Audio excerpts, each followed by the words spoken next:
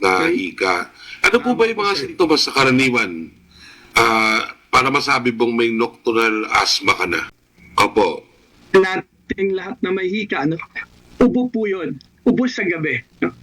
Ubo sa gabi, usually mga 12 midnight hanggang early morning kasi doon talaga yung pinakamababa na level ng cortisol natin. So doon po nag-uubo, nagigising po sila sa gabi para umubo.